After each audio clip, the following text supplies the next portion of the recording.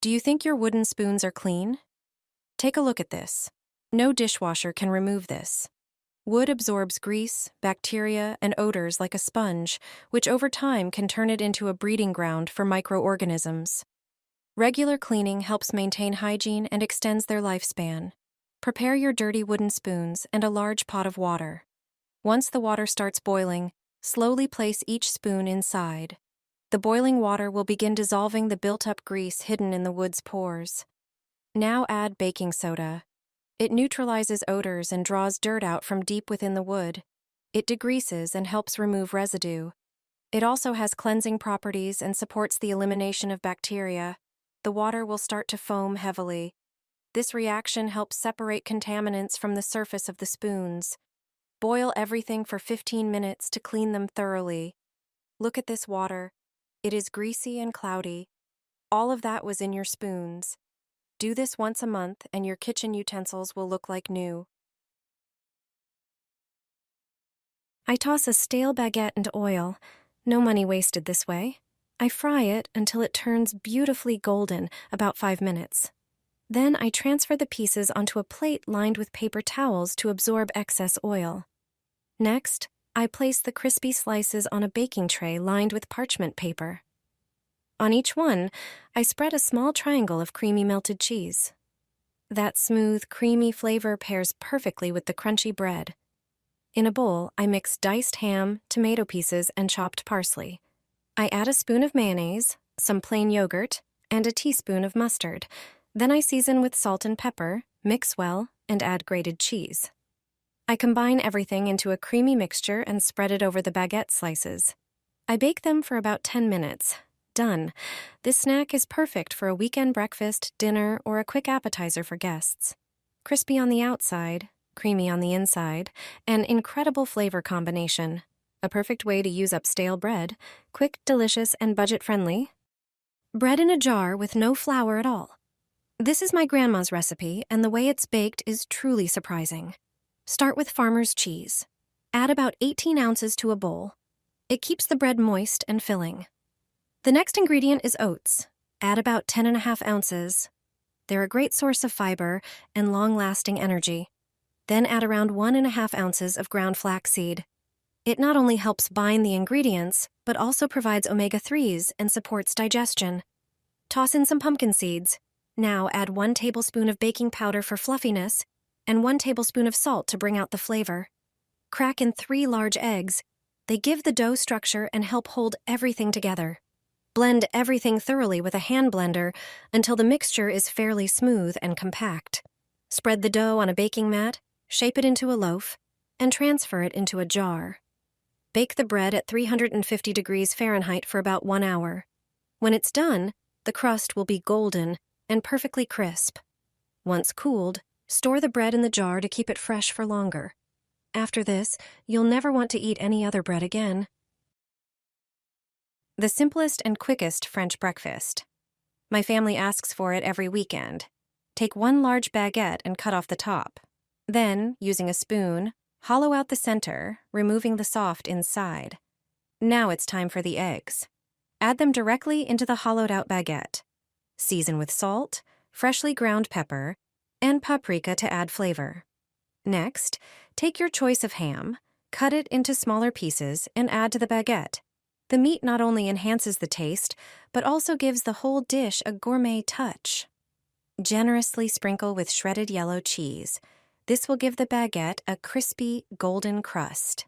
Place the baguette in a preheated oven and bake for 30 minutes at 180 degrees Celsius, 350 degrees Fahrenheit, until the cheese melts and the eggs are perfectly set. Slice the baguette into smaller pieces and serve immediately. This breakfast is so delicious, it disappears from the table in minutes. You have to try it.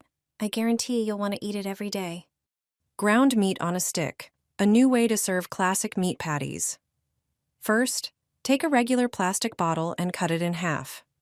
Now prepare your ground meat just like you normally do. I add spices, breadcrumbs, and eggs. Mix everything thoroughly. Fill the top half of the bottle, the one with the cap, with the meat mixture. Once it's full, seal the bottom with a jar lid. Now grab a jar that fits the size of the bottle. Place the bottle on top of the jar, unscrew the cap, and insert a long skewer inside. Gently press the bottle downward toward the jar.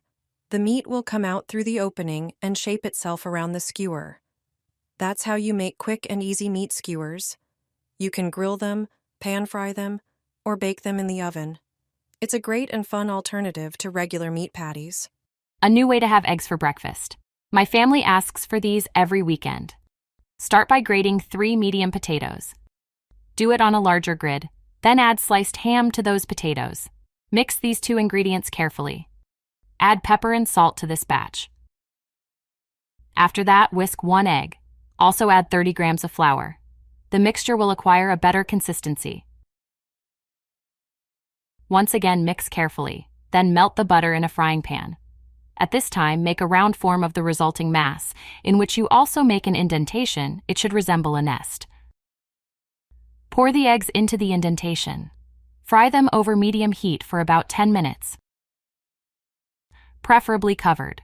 Turn them over and fry for another 5 minutes until golden brown. After this time, remove them from the pan. Serve them with your favorite vegetables. Guaranteed that you will want to have them every day. Breakfast cups with your favorite toppings. I've made them several times and they turn out perfectly every time.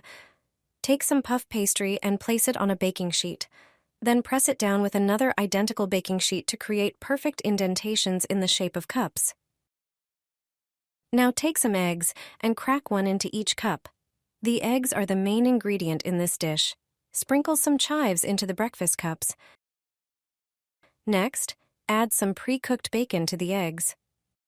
Season each one with your favorite spices. Use a knife to cut the pastry into squares, separating the cups. Now, you need to seal them by pinching together the 4 corners of the pastry, creating cups filled with your favorite toppings. Preheat the oven, then bake them for about 15 minutes until the pastry puffs up and turns golden. The crispy pastry and delicate filling make these little snacks a true delight, a small thing that brings joy. I guarantee you'll want to eat them every day. I don't buy mozzarella from the store anymore. Let me show you a trick that saved me quite a bit of money.